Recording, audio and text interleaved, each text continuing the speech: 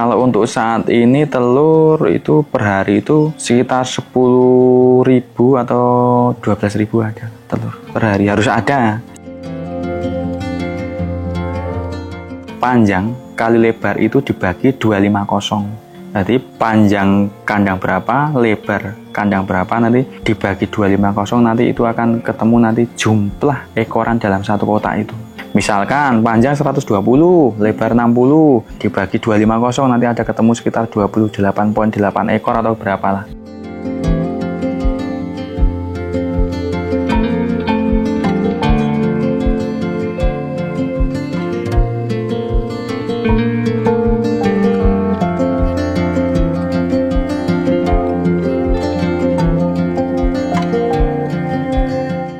Bismillahirrahmanirrahim. Assalamualaikum warahmatullahi wabarakatuh. Nama saya Sri Widodo. Usaha saya beternak burung puyuh petelur. Beralamatkan di Donomerto, RT 19, RW 07, Donomulyo, Nanggulan, Kulonprogo. Dulu sebelumnya saya kerja di luar negeri di Malaysia Barat, jadi TKI. Dulu itu pertama di kilang Genteng, kedua itu di kilang Seiko, yang ketiga itu di kilang kapal di MMSC di bawah naungan Petronas dulu. Itu dari tahun 2005 sampai 2014 Mas. Jadi masa muda saya itu habis di rantau kasarannya gitu. Mungkin dari segi ekonomi ya Mas, maunya kan kalau anak muda itu maunya kan wah mungkin nanti di sana dapat gaji besar atau apa, nanti pulang untuk modal usaha gitu. Tapi ya namanya rintangan nggak tahu ya Mas ya gitu. Itu berawal dari karena kedua orang tua sudah meninggal Mas. Jadi rumah itu nggak ada yang menempati. Karena kakak-kakak saya kan sudah berumah tangga sendiri, punya rumah sendiri. Dan mau nggak mau saya harus pulang. Dan di situ suatu tantangan besar untuk saya. Baik tantangan mental atau yang lainnya ya. Karena ya namanya lama merantau kan itu kan. Kita nggak tahu ya Mas. Itu perekonomian di kampung itu seperti apa. Keadaan yang masuk untuk usaha, untuk berkarya itu apa kan kita nggak tahu lah di situ. Puyuh itu bagi saya itu apa ya Mas ya? Selama saya menjalani itu lebih menjanjikan kalau bagi saya ya Mas. Dan tantangannya itu ada cuman masih kategori bisa dikontrol. Tapi kalau untuk resiko pasti semua yang namanya usaha pasti ada resiko. Gagal itu dulu penyakit, terus cuaca itu, tapi harus bangkit karena apa ya, mungkin kita semangatnya ada, tekad, niat, dan mungkin dari segi sudah berkeluarga kan mau nggak mau kan kita harus jalan tuh Mas, hidup harus berlanjut. Kalau nanti gagal, nanti kalau kita memilih hal lain nanti dari nol lagi. Kita pelajarilah tentang rintangan itu satu persatu bagaimana untuk memecahkannya.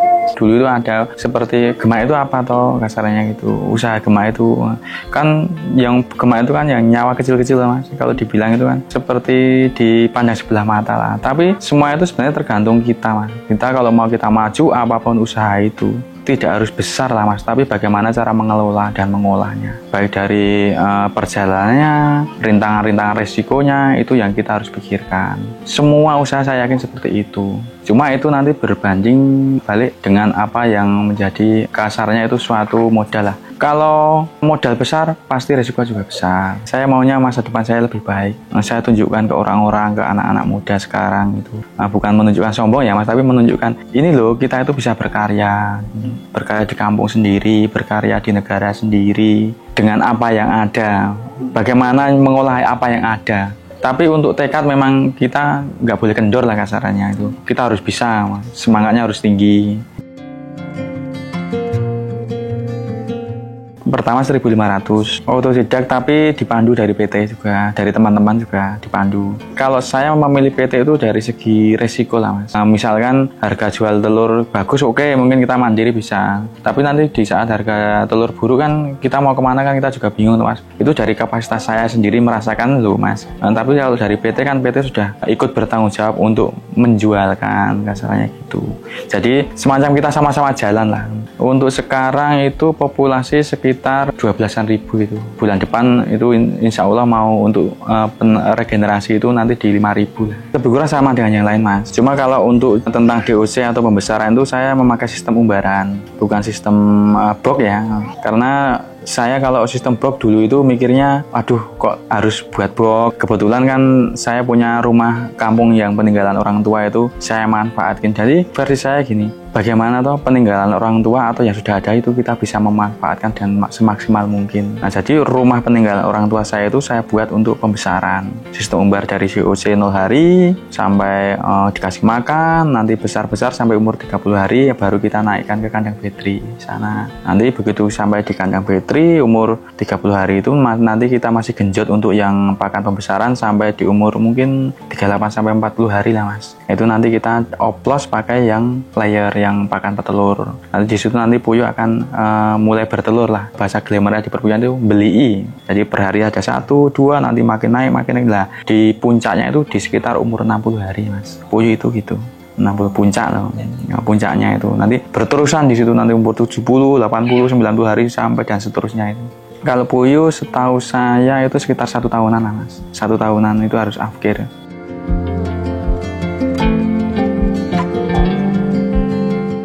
Panjang kali lebar itu dibagi 250. Jadi panjang kandang berapa, lebar kandang berapa nanti dibagi 250, nanti itu akan ketemu nanti jumlah ekoran dalam satu kotak itu.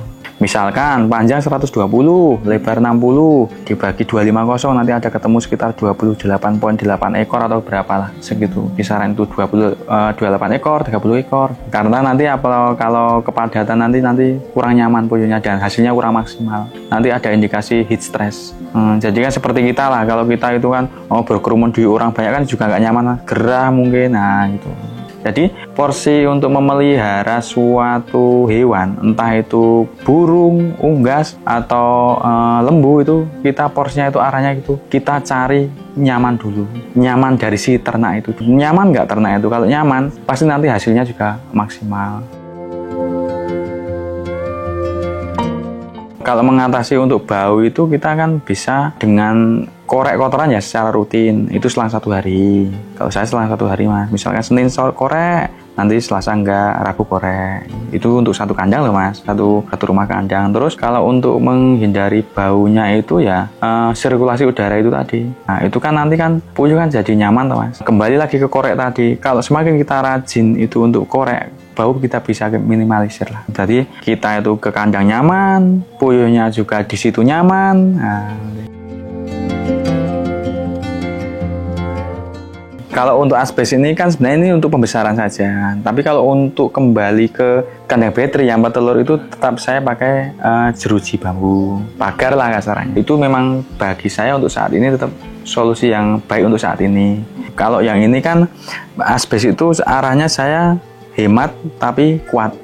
Kalau saya harus itu kan untuk sirkulasi udara, untuk pergantian udara. Jadi puyuh itu tidak pengap lah kasarannya. Jadi puyuh itu nanti di dalam kandang, di dalam rumah kandang itu merasa nyaman. Kalau kita segar lah, dikasihnya kipas itu tadi. Saya itu satu kandang itu satu lorong ya Mas, itu saya kasih 3-4 kipas. Apalagi untuk cuaca saat ini Mas, jujur saja ini ekstrim Mas. Karena apa ya? Kadang panas, nanti malam dingin. Itu sangat kritikal untuk puyuh. Untuk ternak itu terutama unggas-unggas seperti ini kritikal. Karena dia kan koloni itu Mas, di ruang yang terisolasi. Nah itu bagaimana kita itu mencari suatu kenyamanan untuk ternak kita itu, kita terkadang sampai berpikir ekstra Mas. Kipas kita tambah, seharusnya 12 jam jadi 24 jam sekarang. Nah, seperti itu Mas. Biasanya itu pasti ada objek yang masuk. Maksudnya objek itu dari manusia, benda dari luar masuk, karena kan puyuh kan sistem isolasi Mas, di dalam ruangan. Kalau tidak ada, itu dari PT juga memberi tahu seperti itu. Kalau tidak ada barang perantara untuk masuk, biasanya kan penyakit itu jarang bisa masuk. Misalkan saya dari luar ini, kalau mau masuk ya saya harus semprot desinfektan dulu. Kalau enggak, mandi dulu. Walaupun mandi pun saya masuk kandang itu harus semprot desinfektan dulu untuk menetralkan badan dan baju-baju saya ini. Jadi masuk kandang harus steril, intinya gitu.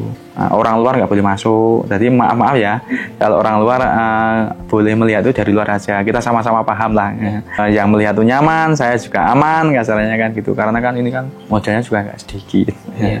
Harus ada recording itu untuk gimana ya Mas? Menghitung semacam satu untung rugi, kedua tentang peningkatan dalam produktivitas atau produk. Misalkan telur ini, oh kita beternak burung puyuh 1000 ekor misalkan gitu kan. Kita kan harus ada rekod di situ. Jadi di rekod itu nanti akan ketahuan Mas. Oh, ini menurun atau standar. Kalau menurun, oh berarti ini puyuh ada apa, kendalanya apa, mungkin nanti ada terkena penyakit, atau kurang nyaman, stres. Nah, stresnya itu nanti karena apa, itu yang kita bisa mencari dari situ. Kalau secara pemasaran kendala nggak, bagi saya karena saya ikut PT ya, nggak ada sih. Pemasaran kan sudah diterima PT itu. Dari hulu ke hilir itu PT sudah bertanggung jawab. Pernah Mas, kan kita manusia bukan robot Mas. Kadang ada titik lelah juga, apalagi kita beternak semacam puyuh ini, itu kan nggak ada liburnya. Terkadang kan kita ada perasaan, ya Allah saya capek. Tapi di situ terkadang terbunuh dari rasa ingin semacam suatu pertanggungjawaban dalam hidup kita. Kita harus berkarya, kehidupan kita harus berlanjut, kita ada tanggungan ini, tanggungannya, apalagi kalau kita sudah berkeluarga kan, kita kan di bawah sini kan keluarga ini Mas kan. Nah seperti itulah, itu yang menopang untuk semangat kita. Bagi saya selama perjalanan beternak puyuh itu banyak yang bisa dimanfaatkan. Dari telur dikonsumsi, dari puyuhnya sendiri akhir nanti kan di resto-resto, di pecel lele itu kan ada. Terus kohenya itu nanti larinya ke pertanian, seperti untuk pemupukan pertanian itu di daerah tepi pantai itu cabai, semangka, melon dan sebagainya. Terus dari limbah karung itu nanti kan bisa larinya ke misalkan di sini kan kawasan pertanian Mas ini. Misalkan itu tetangga atau kerabat atau siapa datang, Mas Dodo nanti saya mau beli karungnya buat panen. Nah, atau nanti dipotong, dijahit mau buat tikar, macam-macam lah Mas. Terus nanti plastiknya itu, limbahnya itu kan terkadang kan karung pakan itu ada plastik Mas. Di dalamnya juga cover. Itu bisa untuk ada tukang rongsok ya Mas ya. Nah, itu bisa beli kan. Jadi semua bermanfaat. Masih untung, masih worth it, masih untung, tetap untung. Kalau selama pengalaman saya ini ya Mas ya, selama perjalanan saya ini, kalau untuk mengimbangi sama orang yang bekerja di luar, misalkan bekerja bangunan, bekerja toko atau mana, buruh lah kasarannya itu, minimal di 6.000 lah, di 6.000 ekor. Nah, itu bisa buat untuk kehidupan kita, profit lah. Kalau untuk saat ini telur itu per hari itu sekitar 10.000 atau 12.000 ada telur per hari, harus ada. Kalau nggak ada nanti pakannya gimana mau beli kan gitu kan. Nah, harus ada. Itu kembali kali ke recording tadi kan kita sudah bisa baca per hari ada berapa. Ya ke saya itu dengan nomor 0877 385 62009. Semua berawal dari niat Mas. Apapun itu harus dari niat dulu. Niat, mantap, bertekad dengan sungguh-sungguh, dan setiap usaha itu harus dipelajari. Jangan kita itu melihat dari manisnya saja.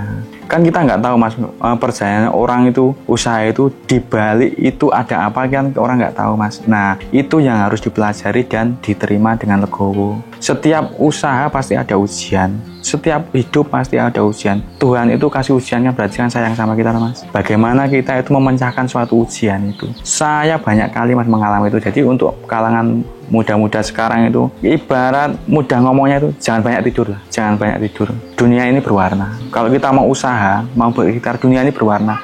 Apa yang mau kita lakukan itu bisa Mas, menjadi rezeki itu bisa. Tapi dengan satu tadi, kembali ke awal tadi, niat, tekad, bersungguh-sungguh dan bersemangat.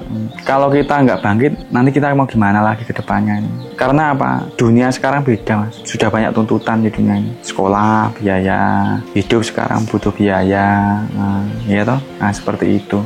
Dan dekat dengan Tuhan lah. Jangan jauh-jauh dari Tuhan. Itu pengalaman guru motivator saya dulu. Apapun masalah kita, apapun ujian kita, jangan jauh-jauh dari yang punya kita, Sang Pencipta. Pesan saya untuk anak muda, ayo kita bangkit. Dunia itu ke depan bukan semakin mudah, tapi semakin sulit. Mari kita berkarya apa yang kita bisa. Selama itu dalam konotasi positif. Mau beternak, mau bertani. Nah, putar gerigi otak kita.